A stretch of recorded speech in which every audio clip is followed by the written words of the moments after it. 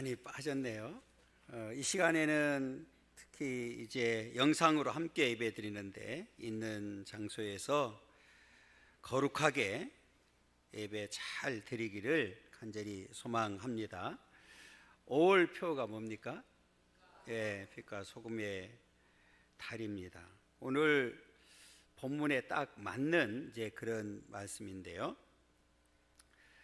오늘 본문을 통해서 우리 주님께서 저와 여러분들을 향해서 이제 믿음의 사람들이죠.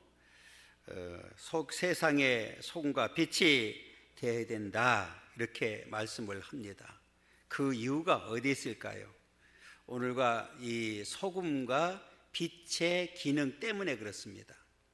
우리가 잘 아는 대로 소금은 두 가지 기능을 하게 되죠. 하나는 맛을 내는 기능을 하게 되고 또 하나는 부패를 방지하는 기능을 하게 됩니다. 그러면 왜 저와 여러분들을 소금으로 비유했을까요? 이 세상은 맛을 잃어가고 있어요. 지금 썩어가고 있다 그 말이에요. 이때에 오늘 저와 여러분들은 복음의 능력을 가지고 이 세상을 조화롭게 만들어야 되고 맛을 내야 되고 또 썩어가는 곳에 이 부패의 방지 역할을 해야 된다는 겁니다. 그래서 먼저 우리에게 소금의 역할을 잘 감당하라고 우리에게 사명을 주셨습니다. 빛은 어둠을 물러가게 하는 거죠. 이 세상은 여전히 어둠 가운데 있습니다. 우리 예수님이 이 땅에 오실 때에 이 세상은 어둠 가운데 있었습니다. 그래서 우리 예수님이 빛으로 오셨습니다. 그러면서 오늘 저와 여러분들을 향해서 이제 빛이라 이렇게 말씀을 했거든요. 이 어둠 가운데 있는 이 세상을 드러내는 역할, 빛을 비추는 역할을 해야 된다는 겁니다. 그래서 오늘 이 소금의 역할을 통해서 썩어가는 그리고 맛을 잃은 이 세상에 맛을 내는 역할과 오늘 부패를 방지하는 역할을 해야 되고 적극적으로 빛을 통해서 어둠을 물러나게 만드는 일을 해야 된다는 거죠. 그래서 오늘 하나님의 교회를 세워주시고 저와 여러분들을 먼저 불러주신 목적이 여기 있는 줄 믿습니다. 이게 오늘 저와 여러분들에게 주어진 사명이라는 사실을 분명히 기억하고 오늘 말씀을 통해서 우리에게 주는 교훈이 뭔지 함께 나누면서 은혜 나누기를 원합니다. 첫 번째로는 있습니다. 기독교는 세상 가운데 있기 때문에 우리는 세상의 소금과 빛이 되어야 된다. 오늘 우리는 소금이 또 빛이 돼도 되고 안 돼도 되는 게 아니라 반드시 돼야 된다는 거예요. 이게 이제 우리가 잘 기억해야 될 내용이거든요. 그래서 우리는 세상의 소금과 빛이 돼야 된다. 어디에? 세상입니다. 세상. 이 세상의 소금과 빛의 역할을 감당해야 되는데 13절 상반절에 보면 이렇게 합니다. 너희는 세상의 소금이다. 너희가 누굽니까? 물론 당시에는 제자들이지만 오늘 저와 여러분들이죠. 이제 예수 믿는 사람들, 모든 사람들은 세상에 뭐가 됐어요? 소금이 됐습니다. 14절 상반절에도 보면 너희는 세상의 빛이라 그랬습니다. 이제 저와 여러분들은 세상의 소금이 되었고 세상의 빛이 된 줄 믿습니다. 여러분 이게 얼마나 이제 중요한 역할인지 얼마나 중요한 사명인지를 우리에게 분명하게 가르쳐 주고 있습니다. 오늘 예수님께서는 하나님의 백성들이 세상의 역할에 대해서 비유로 말씀을 하고 있습니다. 소금과 빛 같은 존재가 되어야 된다는 것이죠. 여러분 먼저 우리 주님이 이런 자세로 이 땅에 오셔서 그렇게 사셨어요. 그러니까 우리는 그 예수님을 믿고 예수님을 닮고 예수님의 제자로 살아가는 저와 여러분들 또한 이런 자세를 가지고 주님과 같은 삶을 살아야 된다는 사실을 강조하고 있는 그런 내용입니다. 여러분, 이 소금은 원래 어디 있는 곳이에요? 바다에 있잖아요, 바다에. 그런데 이 소금을 정제를 하게 되면 여러분, 바다만 있습니까? 세상으로 나와서 다양한 용도로 쓰이게 됩니다. 그러니까 여러분, 오늘 이 말씀을 잘 기억해야 되는 게 뭐냐면 이 세상이라는 단어거든요. 세상의 소금이고 세상의 빛이다 그랬습니다. 그러니까 우리는 교회 안에 갇혀 있는 자들이 아니라는 거죠. 여러분, 우리는 이 1시간 예배 드리고 나서 이제 흩어지게 됩니다. 그럼 우리는 어디서 살게 돼요? 이 세상 가운데 살게 되는 거예요. 그럼 그 세상 가운데에서 우리의 사명이 뭐냐? 우리의 자세가, 우리의 역할이 뭐냐? 소금과 빛의 역할을 해야 된다는 겁니다. 그러니까 이 얘기는 해도 되고 안 해도 되는 게 아니라 반드시 그렇게 해야 된다, 그 말씀이에요. 여러분, 그러면 한번 이 시간에 한번 우리의 삶을 돌아보길 원합니다. 정말 내가 예수 믿고 난 다음에 나는 이 세상에 살면서 세상 가운데서 소금과 빛의 역할을 잘 감당했는지 우리는 한번 돌아봐야 됩니다. 그리고 다시 결단을 해야 됩니다. 내가 그동안에 그렇게 살지 못했다고 하면 앞으로 남은 생에는 우리는 이 소금과 빛의 역할을 잘 감당해서 이 세상에 선한 영향력을, 은혜를 끼치는 삶을 살아야 됩니다. 이와 같은 삶이 바로 저와 여러분들의 삶이 되기를 간절히 소망합니다. 이 바닷물 한 컵에는 50g 정도의 소금이 있다고 그럽니다. 여러분, 이 소금은 많은 곳에서 얻을 수 있도록, 사실은 바다뿐만 아니라 이 산에 있는 암석에서도 오늘 소금을 얻도록 만들어 주셨어요. 한마디로 말하면 이 소금은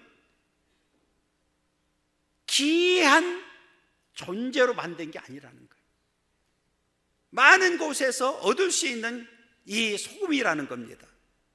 물론 우리가 각자는 하나님께서 우리를 너무 귀한 존재로 선택하고 불러주시고 거룩하고 또 그의 백성으로 만들어 주셨습니다. 하나님과의 관계 속에는 그런 관계 속에 있지만 우리는 이 세상과의 관계 속에는 그렇게 우리는 그냥 존귀한 자로 남으면 안 된다는 거죠. 소금과 같은 존재가 되어서 곳곳에 이 세상에 있는 많은 사람들에게 영향력을 끼치는 그런 삶을 살아야 된다는 사실을 가르쳐 주는 겁니다. 여러분, 오늘 저와 여러분들은 앞에 제가 말씀드렸던 대로 하나님과의 관계 속에서는 아주 존귀한 자들입니다. 자, 고린도전서 5장 10절에 보면 이렇게 얘기합니다.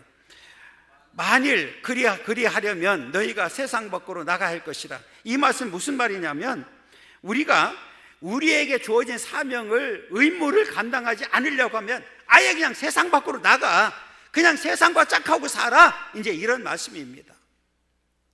이게 무서운 말이거든요. 그러니까 우리는 이 소금과 빛의 역할을, 이 사명을 감당하지 않으려고 하면 아예 그냥 세상 밖으로 나가버려, 이제 이런 뜻입니다. 그렇기 때문에 오늘 이 말씀은 우리는 이 소금과 빛의 역할을, 이 사명을 감당해도 되고 감당하지 않아도 되는 것이 아니라 반드시 감당하는 삶을 살아야 된다는 겁니다. 여러분, 이와 같은 삶이 바로 저와 여러분들의 삶이 되기를 간절히 소망합니다. 그러면 이제 구체적으로 먼저 이제 이 소금에 대해서 더 살펴보려고 합니다. 큰 두 번째로는 우리는 세상에서 뭐라고요? 소금입니다. 소금. 자, 13절에 보면 이렇게 얘기합니다. 너희는 세상의 소금이니 소금이 만일 그 맛을 잃으면 무엇으로 짜게 하리요?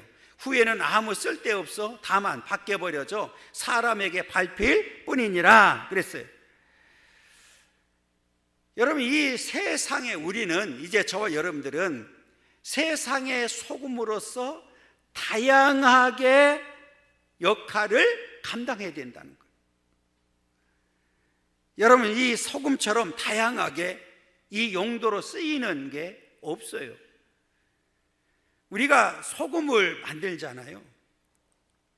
식용으로 쓰는 게 10%뿐이 안 된다고 합니다. 나머지 90%는 공업용으로 쓰이게 된대요. 그리고 이 소금이 반드시 들어가야 되는 이 공업용에는 약 14,000개 정도가 있다고 그래요. 만약에 이 소금이 들어가지 않으면 쓸모없는 제품이 된다, 그 말이거든요. 여러분, 음식에도 소금이 안 들어가면 맛이 있습니까, 없습니까? 없지요. 그래서 이렇게 우리는 다양한 용도로 쓰임 받아야 된다는 사실을 지금 말씀하고 싶은 거예요. 그러면 이 구약 성경에 보면 소금은 단순히 식용뿐만 아니라 때로는 예물과 오늘 이 의약품에도 쓰여졌던 역사를 보게 됩니다. 자, 그러면 먼저는 이 세상에서의 소금은 다양하게 쓰이는 이 내용을 찾아보려고 하는데요. 자, 첫째는 소금은 생명을 유지시키는 기능을 합니다. 여러분, 우리가 군인들이 여름에 훈련할 때 반드시 먹는 게 뭡니까? 소금을 먹어야 됩니다. 여러분, 우리 신체 안에 소금이 없으면 우리 살 수 있을까요, 없을까요? 없어요. 그래서 이 소금은 생명을 유지시키는 기능을 하게 된다. 둘째는 소금은 방부제로서의 역할을 하게 되죠. 여름에 저는 시골에서 자랐기 때문에 예를 들어서 고기를 잡잖아요. 바닷가에서 고기를 잡잖아요. 바로 먹으면 괜찮지만 그 고기를 보관해서 나중에 먹으려고 하면 반드시 뭘로 해야 됩니까? 소금으로 절여놔야 되는 거예요. 여러분, 간고등어가 왜 생겼습니까?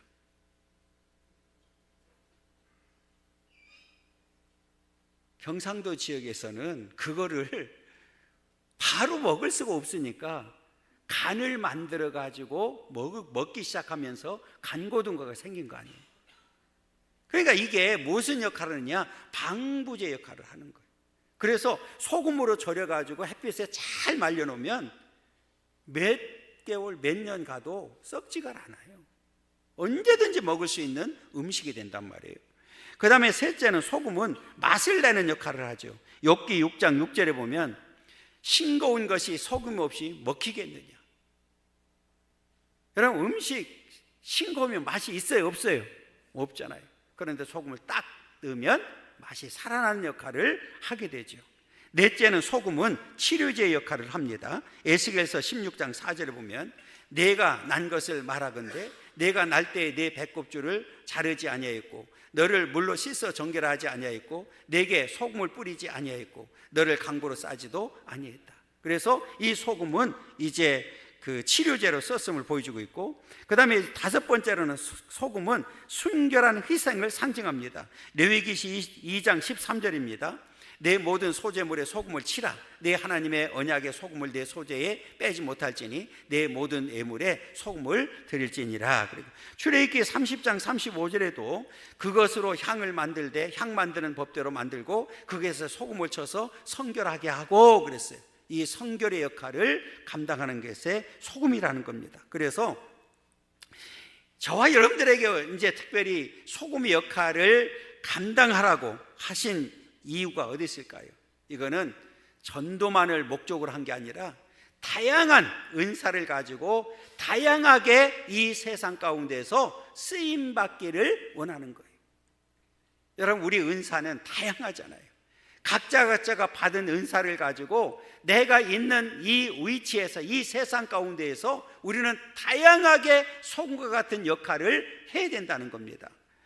여러분, 우리 은사가 이렇게 얘기하죠. 고린도서 12장 4절부터 7절 보면 은사는 여러 가지나 성령은 같고 직분은 여러 가지나 주는 같으며 또 사역은 여러 가지나 모든 것을 모든 사람 가운데서 이루시는 하나님은 같으니 각 사람에게 성령을 나타내시면 유익하게 하려 하십니다. 각 사람에게 성령을 주시고 은사를 주셨어요.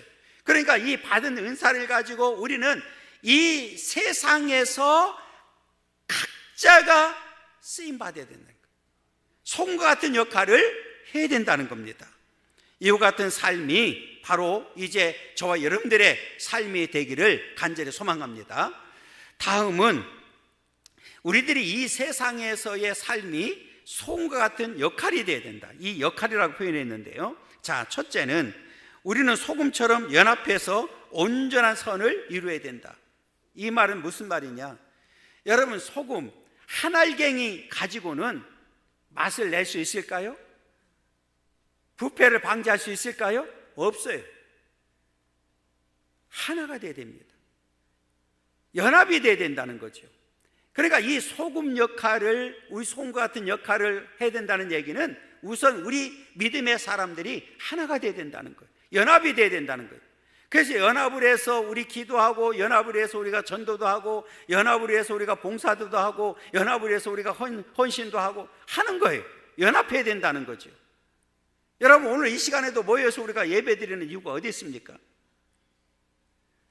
여러분, 각자 그냥 우리가 연합해서 모여서 예배 드리지 않으면 여러분 정말 바르게 예배 드릴 수 있을까요? 우리가 연합해서 모여서 기도하지 않으면 여러분 따로 시간 내서 기도하는 사람이 과연 얼마나 될까요? 우리는 연합해서 하나님 앞에 손 같은 역할을 감당해야 된다는 사실을 우리에게 분명하게 가르쳐주고 있습니다. 여러분, 초대교회에 보게 되면 얼마나 많은 고난이 있었습니까? 얼마나 많은 어려움이 있었습니까? 그런데 교회가 흔들리지 않냐고 든든히 설 수 있었던 이유가 어디에 있습니까? 연합해서 하나가 되었기 때문에 그런 거예요. 힘들 때 서로가 힘이 되어줬고 위로가 되어줬고 붙들어주고 해서 그들이 든든하게 세워질 수가 있었습니다. 그래서 우리는 이 땅에 사는 동안 이 소금과 같이 한 알갱이 가지고는, 흩어져 가지고는 아무 쓸모가 없어요.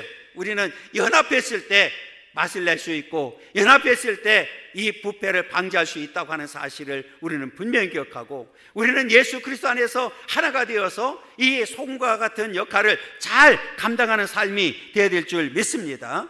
여러분, 오늘 이제 이 소금과 같이 소금으로 제물을 드릴 때에도 헌신으로 드리라고 그랬잖아요. 앞에 우리가 이미 읽었지만 다시 한번 우리 성경을 보도록 하겠습니다. 레위기 2장 13절입니다. 내 모든 소제물에 소금을 치라. 내 하나님의 언약의 소금을 내 소제에 빼지 못할지니 내 모든 예물에 소금을 드릴지니라 그랬어요. 여러분, 우리 하나님의 교회가, 우리 모두가 소금처럼 하나가 된다고 하면 못할 일이 뭐가 있겠습니까? 여러분, 우리는 하나 되어서 우리는 힘있게 오늘 주님께서 맡겨진 사명을 감당하는 교회, 저와 여러분들이 되기를 간절히 소망합니다. 둘째는 우리들은 어떤 경우라도 쓸데없는 소금이 되어서는 안 된다. 오늘 본문에 보면 분명하게 맛을 잃은, 그래서 쓸데없는 소금이 있다는 사실을 분명하게 가르쳐주고 있는데 13절 하반절입니다. 읽습니다. 소금이 만일 그 맛을 잃으면 무엇으로 짜게 하리요? 후에는 아무 쓸데없어 다만 밖에 버려져 사람에게 밟을 뿐이라. 여러분, 소금이 맛을 잃으면 아무 쓸데없는 거죠. 이 얘기는 쓸데없는 소금이 있다는 거예요. 여러분, 이 말은 쓸데없는 맛을 잃은 교회 안에도 맛을 잃은 사람들이 있다는 거죠. 여러분, 제자들 가운데서도 맛을 잃은 사람이 있었잖아요. 누굽니까? 가룟 유다죠. 여러분, 우리는 어떤 경우라도 이 맛을 잃은 소금과 같은 존재가 되면 안 됩니다.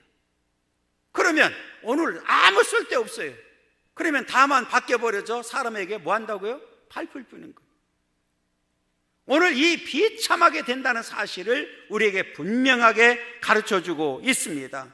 그렇기 때문에 오늘 저와 여러분들은 이렇게 이 어떤 경우라도 맛을 잃으면 안 되는 거죠. 여러분, 오늘 저와 여러분들은 하나님의 백성으로서 귀한 존재들입니다. 앞에 잠깐 말씀드렸던 대로 하나님과의 관계 속에서는 얼마나 귀한 존재인지 모릅니다. 그걸 우리는 거룩성을 지켜야 되죠. 귀한 존재로서 하나님 백성으로서의 삶을 살아가야 됩니다.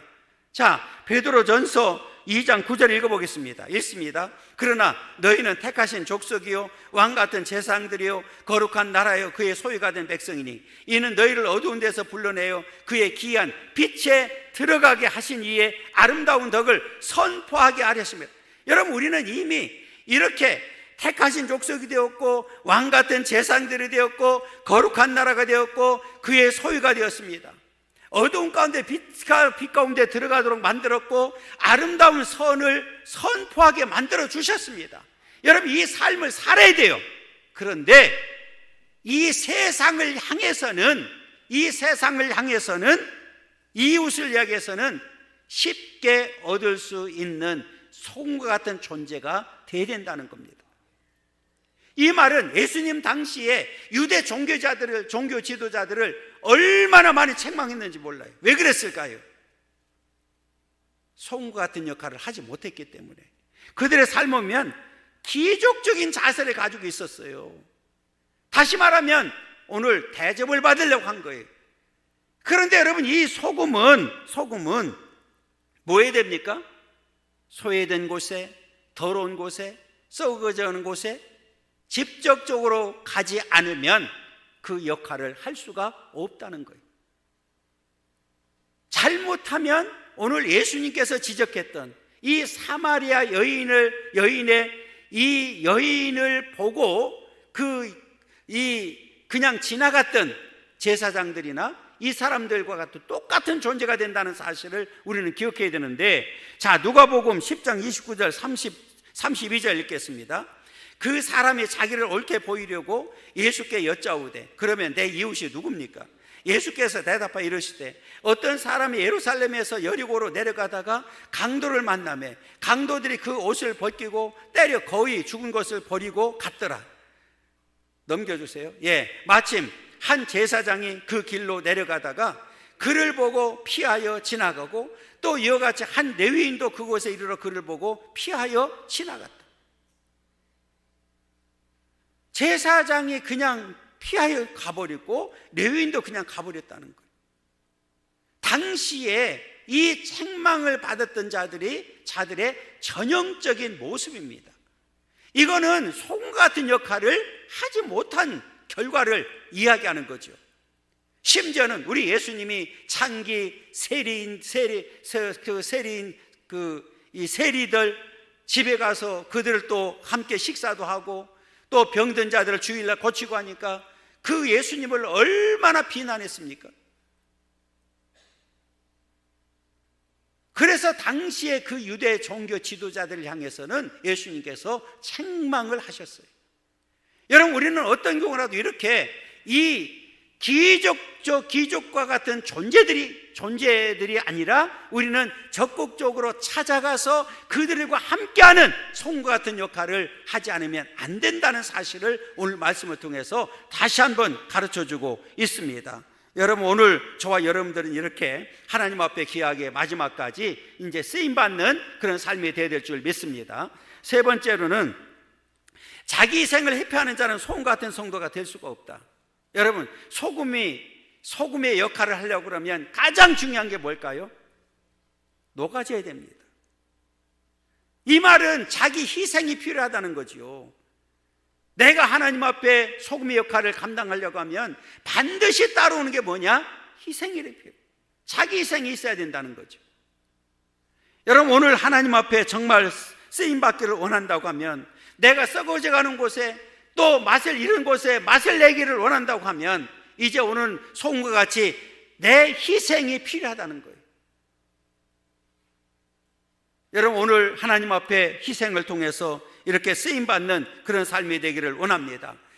우리 예수님이 저와 여러분들을 위해서 희생하셨잖아요. 그래서 예수님께서 적극적으로 말씀하셨어요. 자기 희생이 없는 사람은 나를 따를 수가 없다. 자, 마태복음 10장 38절 39절에 이렇게 얘기합니다.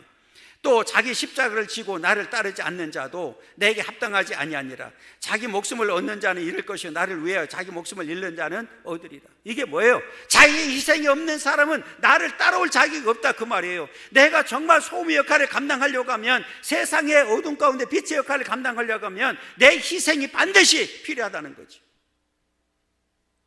오늘 송과 같은 자기 희생을 통해서 이제 선한 영향력을 끼칠 수 있는 그런 삶이 되기를 간절히 소망합니다. 우리 이제 세 번째로는 우리는 세상의 빛입니다. 우리는 뭐가 됐다고요? 세상의 빛이 되었습니다.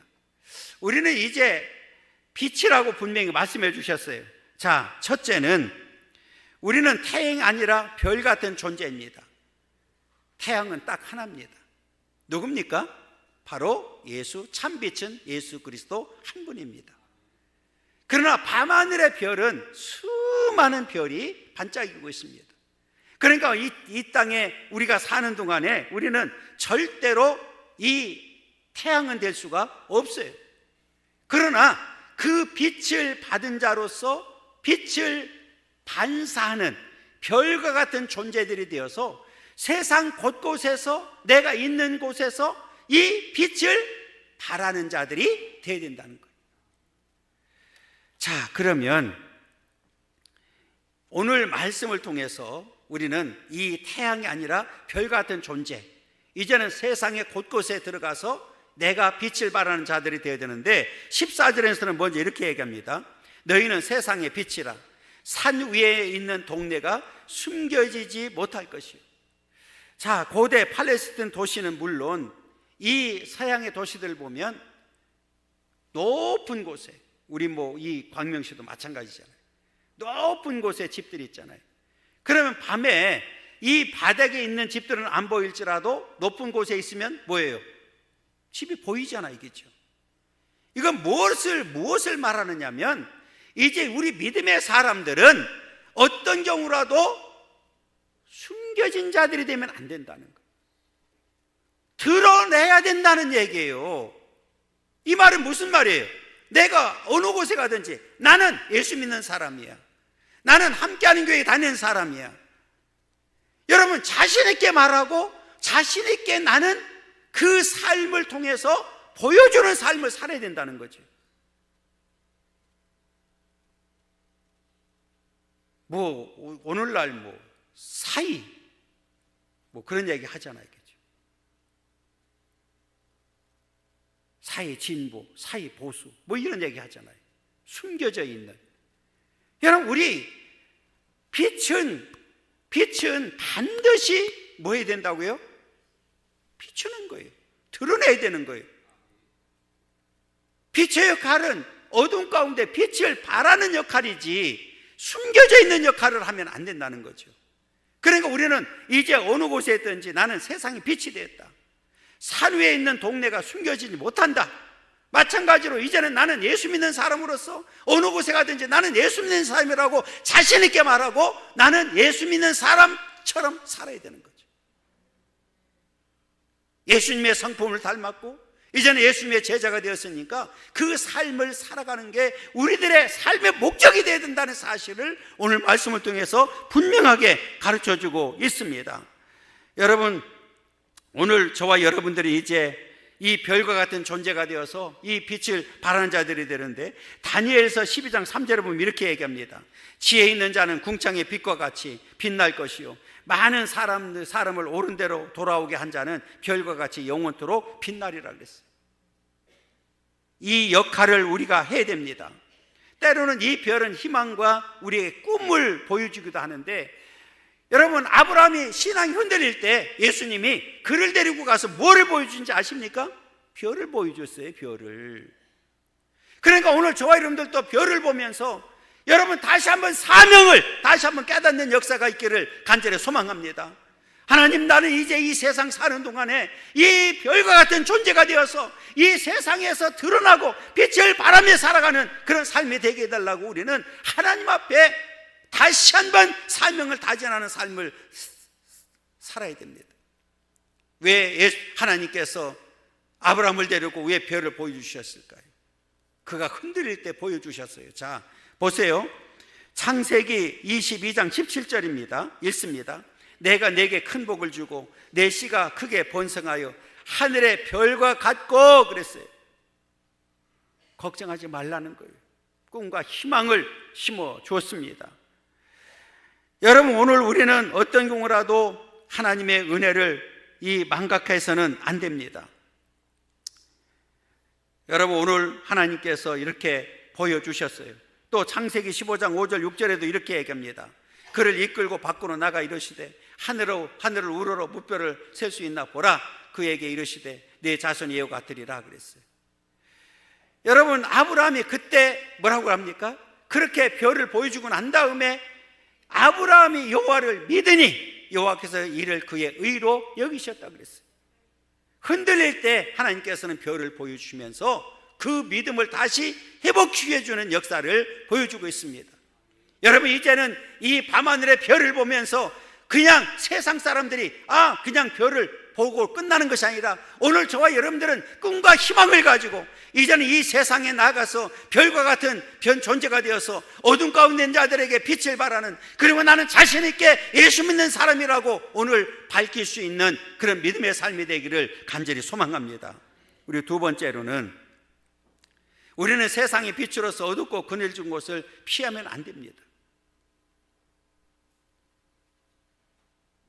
여러분, 우리 예수님이 이 땅에 오셔서 늘 소외되고 그늘진 곳, 병든 자를 찾아가서 늘 함께했던 것처럼 오늘 우리 하나님의 교회가 오늘 저와 여러분들이 그와 같은 삶을 살아야 될 줄 믿습니다. 그래서 오늘 15절에 이렇게 얘기합니다. 사람이 등불을 켜서 말 아래에 두지 아니하고 등경 위에 두나니 이러므로 집안 모든 사람에게 비추니라. 말이 뭡니까? 쌀을 대는 쌀을 대박이 있고 말이 있잖아요. 그 말을 말하는 겁니다. 여러분, 저는 시골에서 살았기 때문에 이 등잔을 너무너무 잘 알고 있습니다. 호롱불을 켜가지고 그냥 바닥에 놓으면 그 부분만 조금 뻘겋게 그냥 비치지만, 그러나 그 호롱불이라도 높이 들어놓으면 그 방 안을 그래도 환하게 비치는 모습을 보여주고 있는 거예요. 앞에서 말씀했던 대로 똑같은 거예요. 등경 위에 둬야 되는 거예요. 우리는 늘 일어나 빛을 발하는 자들이 돼야 되지, 말 아래 숨겨버리면 안 된다 그 말이에요. 그러니까 우리는 이제 이 말은 더 적극적으로 우리는 소외됐고 어려운 곳에, 오늘 더러운 곳에, 세상 사람들이 가지 않는 곳에 우리는 적극적으로 찾아가서 그들에게 희망이 되고 꿈이 되어줘야 되고 손을 잡아야 되고 빛을 발하는 그런 삶을 살아야 된다는 거죠. 왜 교회가 그렇게 많은 돈을 들여서 선교도 하고 합니까? 그들에게 힘이 되고 꿈이 되게 하기 위해서 그렇게 하는 거예요. 작은 것이지만 그들이 그것을 통해서 그들이 다시 일어설 수 있다고 하면 우리는 그 일을 감당해야 됩니다. 여러분, 어떤 경우라도 우리는 이렇게 불을 켜서 말 아래 두지 아니하고 등경에 둠으로 인해서 많은 사람들에게 오늘 빛을 비춰야 되는 것처럼 우리는 빛을 비추면서 살아가는 삶이 되어야 될 줄 믿습니다. 여러분, 우리는 이렇게 이 악한 세상, 어두운 세상에서 우리는 적극적으로 선으로 이겨나가는 삶이 되어야 될 줄 믿습니다. 로마서 12장 21절에 보면 이렇게 얘기합니다. 악에게 지지 말고 선으로 악을 이기라 그랬어요. 어둠에 우리는 지면 안 됩니다. 우리는 적극적으로 빛을 발해서 어둠을 물러가게 만들어줘야 됩니다. 이것이 오늘 저와 여러분들에게 주어진 사명이라는 사실을 분명히 깨닫고 앞으로 남은 생 이 사명을 잘 감당할 수 있기를 간절히 소망합니다. 셋째는 우리들은 빛으로서의 영적, 윤리적으로 세상의 기반이요 최후의 보루가 되어야 된다. 하나님의 교회가 오늘 저와 믿음의 사람들이 이 세상의 제약이 관영한 가운데서도 노아가 유일하게 하나님 앞에 쓰임받았던 것처럼 이 세상의 제약이 관영하고 어둠 가운데 있다 할지라도 우리는 일어나 빛을 발하게 되면 우리는 영적으로 윤리적으로 세상의 기반이고 최후의 보루가 될 줄 믿습니다. 여러분, 하나님의 교회를 왜 예수님의 피값으로 세웠을까요? 마지막 때에 하나님의 교회를 통해서 빛을 발하고 많은 영혼을 살리는 데 있는 줄 믿습니다. 그 내용이 바로 16절에 있습니다. 읽습니다. 이같이 너희 빛이 사람 앞에 비치게 하여 그들로 너희 착한 행실을 보고 하늘에 계신 너희 아버지께 영광을 돌리게 하라 그랬어요. 이같이 그랬습니다. 우리가 이제는 이 마을 꼭대기에 빛을 비추면 마을이 드러나는 것처럼, 불을 켜서 등경 위에 두게 되면 그 방을 환하게 비추는 것처럼, 이같이가 그 얘기입니다. 너희 빛이, 우리 저와 여러분들의 빛이 사람 앞에 비치게 하여 믿지 않는 세상 사람, 어둠 가운데 있는 사람들에게 비치게 하여 그들로 너희 착한 행실을 보고 그랬어요. 우리 믿음의 사람들은 저 사람 예수 믿는데 참 다르구나, 그 모습을 보고 믿지 않는 사람이라 할지라도 아버지께, 하나님 아버지께 영광을 돌리게 만드는 일이 오늘 저와 여러분들에게 주어진 사명이라는 사실을 우리는 분명히 기억해야 됩니다. 여러분, 정말 그와 이와 같은 삶을 살고 있습니까? 앞으로 남은 생애는 오늘 말씀처럼 소금과 빛의 역할을 잘 감당하고 그 사명을 감당해서 오직 하나님께 영광 돌리는 삶을 살아야 될 줄 믿습니다. 여러분, 앞에 말씀드렸던 대로 이제는 우리는 이 교회가, 저와 여러분들이 이 세상에서 영적 오늘 우리가 기반이고 최후의 보루라는 사실을 분명히 기억하고, 여러분, 하나님의 교회가 무너지면, 오늘 저와 여러분들이 무너지면, 이 세상에 교회가 없으면, 오늘 믿음의 사람들이 없으면 이 세상은 다 망해버린다는 사실을 우리는 분명히 기억하고, 저와 여러분들이 마지막까지 주어진 사명, 소금과 빛의 역할을 잘 감당해서 마지막까지 하나님 앞에 쓰임받는 그런 삶이 되기를 간절히 소망합니다. 그래서 우리가 한 영혼을 살리는 일이 얼마나 중요한 일인지를 우리에게 분명하게 가르쳐주고 있습니다. 이제 저와 여러분들은 이 세상의 소금과 빛이 되었습니다. 그 소금과 빛의 역할을 잘 감당하고 마지막까지 하나님 앞에 귀하게 쓰임받는 그런 믿음의 종들이 되기를 간절히 소망합니다.